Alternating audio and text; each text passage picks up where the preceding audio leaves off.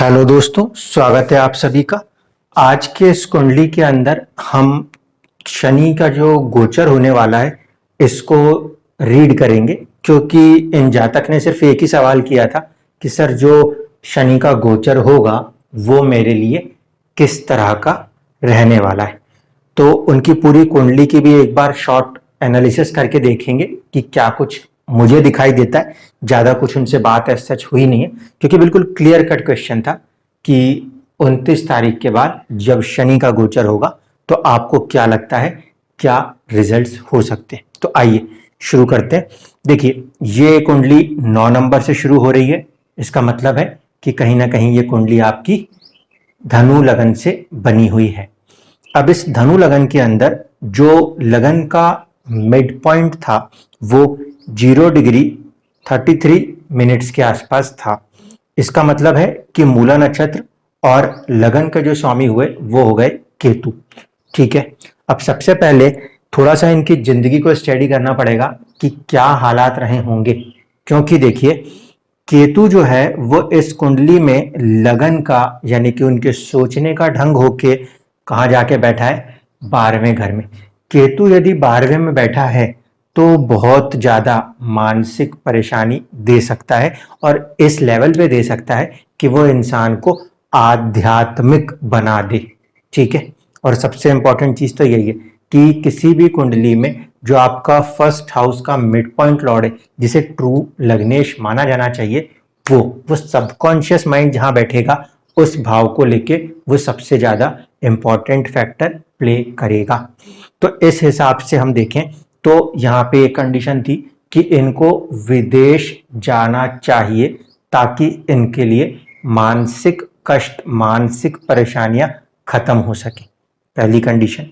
और ये जातक जो हैं जन्म इनका भारत में है लेकिन ये कार्य विदेश में करते हैं, तो पहली कंडीशन तो फुलफिल हो रही थी, क्योंकि फर्स्ट हाउस का मिड पॉइंट लॉर्ड जो है वो कहीं ना कहीं इस कुंडली में 12th से कनेक्ट है, तो विदेश जाना तय है। तभी कहीं ना कहीं कुछ मेंटल रिलीफ मिल पाएगी। अब बात करें कि इसको देखता कौन है, तो यह भी बड़ा खतरनाक खेल। सूर्य, चंद्रमा, राहु और मंगल, चार चार ग्रह एक साथ उस केतु को देख रहे हैं। केतु अपने आप में वैसे भी सब कुछ आता हो लेकिन अपने अंदर सब कुछ संभाले, बाहर उजागर ना होने दे, ऐसी मानसिकता को दर्शाता है। उसके ऊपर सूर्य का प्रभाव होना, चंद्र का प्रभाव होना, फिर राहु और मंगल का प्रभाव होना। तो राहु का प्रभाव तो हमेशा ही रहेगा, लेकिन सूर्य चंद्रमा इन दोनों का प्रभाव जो है एक तरफ से करेज देगा, एक तरफ से आपको चंद्रमा जो है वो उच्च राशिस्थ है इसलिए मनोबल भी देंगे। साथ ही साथ मंगल जो है, जो कि केतु जिस राशि में बैठे हैं उसी राशि के स्वामी हैं, इस कारण से कहीं ना कहीं करेज और पराक्रम भी देंगे। तो यहाँ पे केतु के ऊपर इतने सारे ग्रहों की जो दृष्टि है वो पॉजिटिव सपोर्ट करेगी। अब इसमें से देखिए मंगल राहु और सूर्य राहु ये कॉम्बिनेशन थोड़ा सा गड़बड़ है।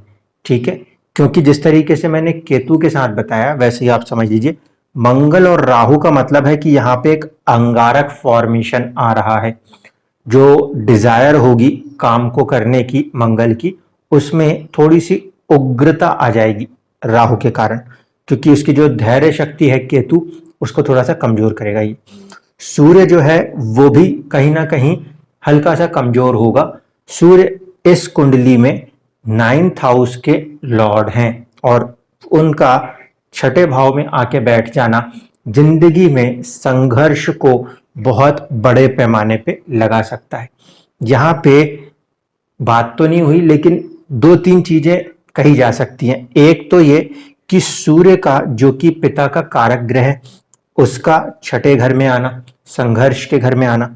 दूसरा, सूर्य का राहु के साथ पीड़ित होना, और इस कुंडली में मंगल पंचम भाव के स्वामी हैं लेकिन साथ ही साथ 12th हाउस के भी लॉर्ड हैं।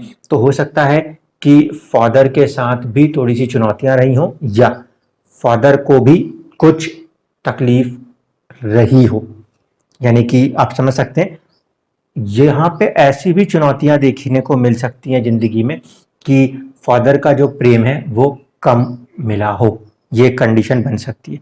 दूसरी बड़ी चीज जो थी इस कुंडली के हिसाब से वो ये कि जब 4 ग्रह, अगर मैं राहु को छोड़ दूं तो 3 ग्रह जो हैं वो हमारे को छठे भाव में दिख रहे हैं, इसका मतलब है कि जिंदगी में काफी संघर्ष भी रहा होगा। किस्मत बिना संघर्ष के यहाँ पे नहीं लिखी जा सकती। फिर देखिए शनि और शुक्र, ये 2 ग्रह जो हैं ये बैठे हुए हैं कहाँ पर, चौथे भाव में।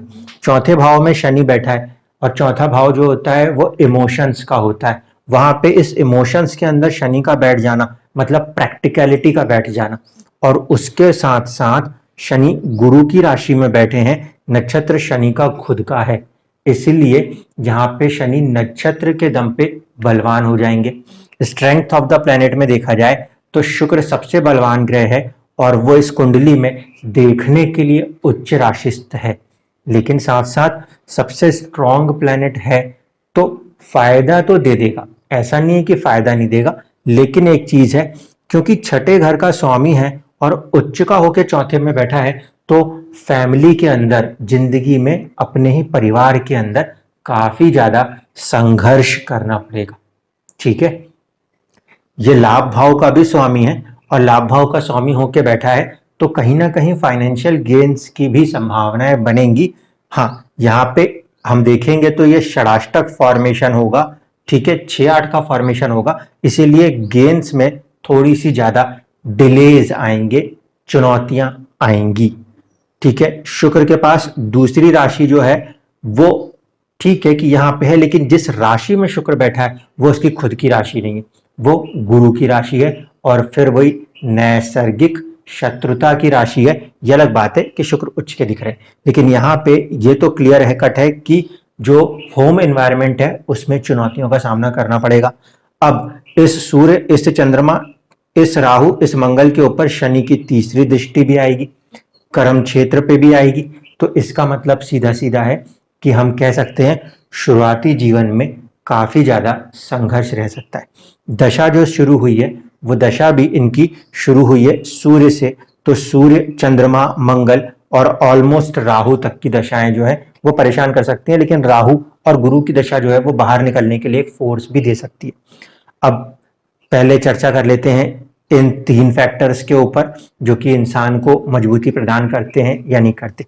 इस कुंडली में उनका जो मुख्य सवाल है वो है कि शनि का प्रभाव कैसा होगा।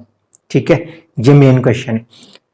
कुंडली यही है, इतनी सारी खराबियां बता दी मैंने जिंदगी में संघर्ष के नाम पे, लेकिन फिर भी देखिए उच्च राशिस्थ हो रहे हैं चंद्रमा और यहीं पे बैठे हैं सूर्य, और सूर्य कुंडली और चंद्र कुंडली दोनों सेम है। इसमें एक योग बनता है, वो योग अच्छा नहीं माना जाता, अतिगंड योग होता है। उसका मतलब है कि जिंदगी में बेवजह के संघर्ष बहुत रहते हैं।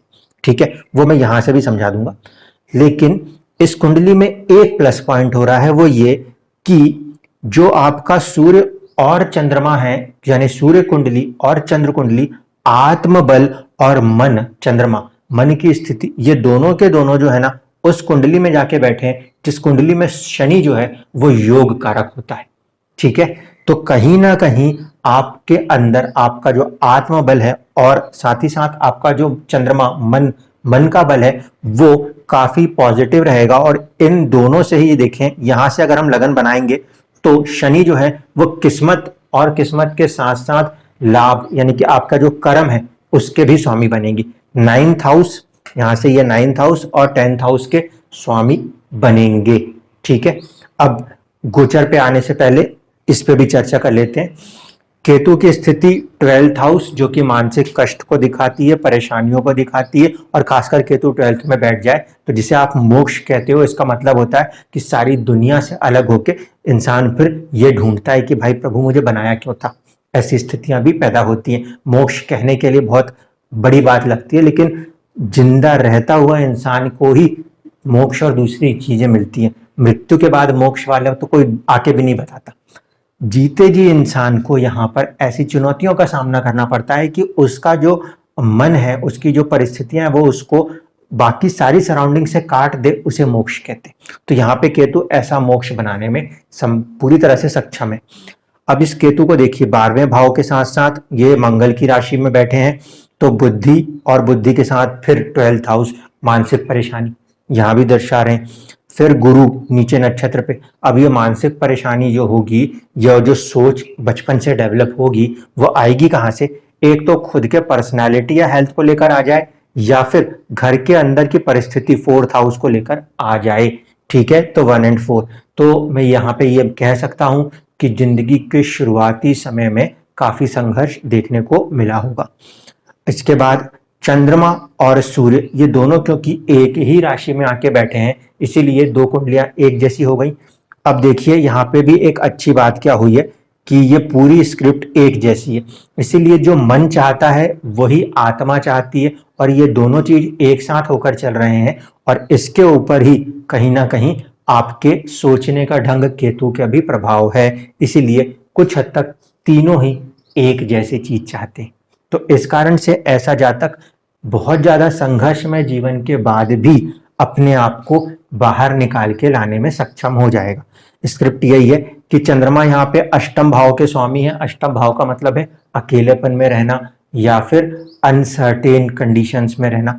चंद्रमा क्योंकि यहाँ पे अष्टम का स्वामी होके छठे में जाके बैठा हुआ है तो ये बात तो है कि ये विपरीत राजयोग बनाएगा, लेकिन मुझे यहाँ पे थोड़ा सा एक खतरा इस बात का भी लगता है कि कोई लॉन्ग टर्म की हेल्थ इश्यूज ना खड़ी हो जाए। क्यों? क्योंकि ये है बीमारी का घर और इसमें है लॉन्गेविटी। तो लॉन्गेविटी जो है वो ऐसी चीज आके बीमारी में बैठ गई तो लॉन्ग टर्म की बीमारी भी ऐसे में लोगों को हो जाया करती है। फिर शुक्र जो है वो शुक्र इस कुंडली में छठे का स्वामी है और 11वें का स्वामी है, तो मन में संघर्ष भी रहेगा और कहीं ना कहीं लाभ बनाने की संभावना भी रहेगी। सूर्य किस्मत के स्वामी है तो हमेशा किस्मत सपोर्ट जरूर करेगी, इसमें कोई दो राय नहीं है। यही स्क्रिप्ट सूर्य के साथ भी लिखी जा रही थी, तो यहां तक चीजें अच्छी हैं। ये दोनों ही जिस राशि में बैठे हैं उसका राशि का स्वामी बहुत ज्यादा बलवान है। यहाँ ये जरूर है कि जिंदगी में छठे भाव का स्वामी जहां बैठे वहां संघर्ष लगा देता है। ये तो हुई ऊपर से लगन कुंडली की स्थिति। अब बात करें नवमांश की। नवमांश की कुंडली जब आ रही है तो उसका लगन 1 नंबर से बन रहा है, यानी कि कहीं ना कहीं पूर्व जन्म के कर्मों का कुछ ना कुछ फल यहाँ पे लेना और देना बाकी है। अब केतु जो कि उनके सोचने का ढंग था वो इमोशनल राशि में आया, वो भी अष्टम में आया। इसका मतलब यह है कि कहीं ना कहीं फिर से जिंदगी में या तो अकेलापन हो सकता है या फिर बहुत ही गहरी खोज किस चीज की? एस्ट्रोलॉजी की हो सकती है, या फिर मानसिकता जो है लोगों की मानसिकता को लेकर खोज हो सकती है। देखिए सीधी सी बात है, एस्ट्रोलॉजी की तरफ कौन आया होगा? जो अपनी जिंदगी में बहुत ज्यादा परेशान होगा वही तो खोज रहा होगा कि भाई मेरे साथ हो क्या रहा है। तो ये सारे हालात थे जो मैंने इतनी देर से बताए जो कि कारण बनेंगे जिंदगी की गहराइयों को खोजने के। नवमांश कुंडली में केतु का यहाँ बैठ जाना ऐसे हालातों को दर्शाएगा जिंदगी में जो कि आपको मजबूर करते हो कि जो कुछ हो रहा है आखिरकार जिंदगी क्या है, क्यों है, इसको खोजना पड़ रहा हो। इसके बाद शनि जो है वो आपके लिए किस्मत में जाके बैठ गए। शनि का किस्मत में बैठ जाना अच्छा माना जाएगा। क्योंकि भले ये सूर्य की राशि में बैठा है, किस्मत को देर से ही खोले, लेकिन जब हम यहाँ पे सूर्य और चंद्रमा की कुंडली से देखेंगे तो शनि यहाँ से बैठ के यहाँ देखिए राशि परिवर्तन कर ले रहा है सूर्य के साथ, और ये सबसे बड़ी बात है। इसका मतलब है कि कहीं ना कहीं किस्मत से आपके किस्मत और आपके पराक्रम के बीच में एक बहुत ही गहरा रिश्ता है। ठीक है, और यही चीज बहुत स्ट्रॉन्ग कॉम्बिनेशन है। जैसे मैंने यहाँ ना कहा कि केतु जो है वो विदेश ले जाना चाहिए, तो ये कॉम्बिनेशन काफी स्ट्रॉन्ग कॉम्बिनेशन है किस्मत के अंदर कि आपको लंबी यात्रा करके विदेश में ले जा सकता है, सेटल करा सकता है। ठीक है, अब समझिए शुक्र के साथ आ जाएगा शनि, तो ऐश्वर्य की प्राप्ति भी होगी। ठीक है, मंगल जो है वो कहीं ना कहीं नवमांश में उच्च राशि स्थित है और राहु के साथ उसमें भी कनेक्ट है। इस कारण से बुद्धि जो है वो किस्मत से आपकी अच्छी रहेगी। ठीक, यानी कि आप अपनी बुद्धि का सदुपयोग कर सकते हो। प्लस पॉइंट यहाँ पर इस मामले में है, लेकिन क्योंकि 12th हाउस का लॉर्ड होके मंगल सेकंड में है तो आपके कई बार अचानक से धन के खर्चे बड़े मात्रा में हो सकते हैं। ठीक, गुरु और बुध दोनों ही इस कुंडली में नवमांश में जब हम उसको लगन तुल्य कर रहे हैं तो कहाँ पे आ रहे हैं? 1st हाउस में आ रहे हैं। नेचुरली जो गुरु है वो 7th हाउस में बैठा हुआ है। इस कारण से शुरुआत में हम देखेंगे तो हमें कोई अपॉर्चुनिटी जितनी आसानी से नहीं मिलेंगी, लेकिन किस्मत से फिर भी क्योंकि ये दोनों ही 1st हाउस से कनेक्ट हो रहे हैं, दिशा बल से कनेक्ट हो रहे हैं, तो आपको किस्मत ऐसी अपॉर्चुनिटी खुशी के साथ दे तो ठीक, नहीं तो दुख के साथ दे देगी, लेकिन वो आपको कहीं ना कहीं सपोर्ट करेगी बाहर मूव करने के लिए। क्यों? क्योंकि यहाँ पे देखिए कर्म का भी स्वामी हो रहा है, लंबी यात्राओं का स्वामी हो रहा है, सुखों का स्वामी हो रहा है, और फर्स्ट हाउस खुद की पर्सनालिटी का स्वामी हो रहा है। तो आप इन सभी चीजों को डेवलप कर पाओगे। ये तो थी आपकी एक तरफ से कुंडली की बात। अब हमारे को जो चर्चा करनी थी वो ये कि शनि का गोचर फल कैसा होगा। तो उसके लिए देखिए, शनि जब अभी यहां पर बैठे हैं 10 नंबर की राशि में बैठे हैं, अब ये आगे आएंगे मतलब 11 नंबर की राशि में आएंगे। यहां पे शनि जब आएंगे तो इनको ट्रांजिट 0.5 मिल रहा है, ठीक है।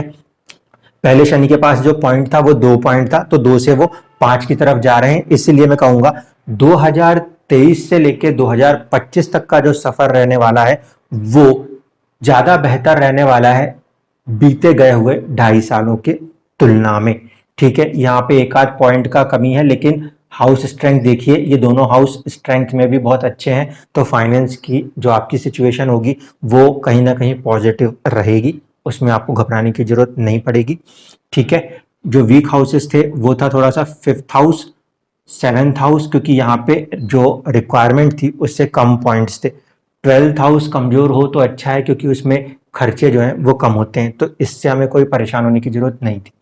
शनि का जो गोचर यहाँ पे है ये पॉइंट वाइज भी ठीक है, और शनि आपकी कुंडली में आफ्टर ऑल परेशानियां भले आपको पहले 4th हाउस अपने घर के अंदर या अपने पर्सनालिटी को डेवलप करने में हुई हो, लेकिन वो बना के क्या देना चाहते हैं, आपको धन और आपको एक अच्छी करेज प्रदान कर रहे हैं। तो शनि जो है इस कुंडली में जब गोचर करेंगे तो सूर्य और चंद्रमा से योग कारक होने के लिए या योग कारक होने के कारण आपको आत्मा से और मन से तो खुशी प्रदान करेंगे, ठीक है।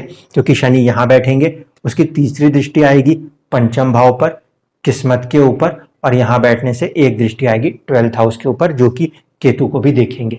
तो मेरा यहाँ पे मत ये होगा कि अब आपकी जो एज है, क्योंकि शनि इस तरफ आ रहे हैं, जब इस पे आएंगे तो 58-60, इससे 2.5 साल आप कम कर दीजिए। तो अभी आप कहीं ना कहीं 54-55 से लेकर 58 के रेंज के बीच में चल रही होंगी। यहाँ पे आपको चीजें तो मिलेंगी, फाइनेंस के ग्राउंड पे तो चीजें अच्छी मिलेंगी। केतु भी आपके आगे आए हैं और वो भी 4 पॉइंट पे आए हैं, तो प्रोफेशनल राइजेस तो मिलेंगे, धन संचय वाले सारी चीजें तो होंगी। लेकिन वही है कि धन संचय और सारी चीजों में जब राइज होता है, आप उसमें अपने आप को काफी बिजी करने वाले हैं 2023 से 2025 तक। इसीलिए अपने हेल्थ का ध्यान दीजिएगा, क्योंकि ये लगन कुंडली जो है ये हेल्थ है। हेल्थ में शनि 2nd हाउस का लॉर्ड है, वो आगे आके करेज के हाउस में आ रहा है, वहां पे आपको करेज तो बढ़ा रहा है, आप चीजों को कर तो रहे हो, लेकिन इसका केतु पे दृष्टि डालना कहीं ना कहीं थोड़ा सा आपके हेल्थ को भी ध्यान में रख के आपको चलना होगा। यही यहाँ पे एक मेन सलाह होगी। जो आपका एक्चुअल सवाल था कि धन संचय के मामले में, तो उसके लिए वो पीरियड अच्छा माना जाएगा, उसमें आपको परेशानी नहीं आएगी। इस कुंडली में भी यहाँ पे देखें हम लोग तो केतु की दृष्टि में है शनि और शुक्र, और दूसरी बात है कि ये राशि है गुरु की। गुरु की 12 नंबर की राशि के अंदर केतु का तत्व नहीं आता, ठीक है। यहाँ पे जो नक्षत्र आते हैं, यहाँ पे नक्षत्र आते हैं गुरु के खुद के, फिर आते हैं शनि के, और फिर आते हैं बुध के। इसलिए इस राशि के अंदर शनि इतना कमजोर नहीं होगा, ठीक है। लेकिन केतु की दृष्टि शनि के ऊपर है, तो जो चीजें एक बार के प्रयास में हो सकती थी अगर दृष्टि ना हो, तो भी शनि के उस कर्म को करने में 1 या 2 बार ज्यादा प्रयास करने पड़ते हैं, मेहनत करनी पड़ती है। मतलब जो आप चाह के वो मेहनत कर रहे हो उसमें थोड़ा सा आपको ऐसा महसूस होगा कि मैंने इतनी ज्यादा बड़े गोल को चाहा था, उसमें से कुछ कम मिला, ये आपके साथ हो सकता है। लेकिन फिर भी शुक्र का बलवान होना और यहाँ बैठना सुख संसाधनों को तो देगा, इसमें तो कोई दो राय नहीं है। लेकिन वही चीज है, 6ठे घर का स्वामी होके बैठा है, तो उस घर के अंदर की परिस्थितियों में उसके बावजूद भी किसी न किसी वजह से संघर्ष को महसूस करना पड़ सकता है। तो ये चीज आपके कुंडली में क्लियरली नजर आती है। धन्यवाद।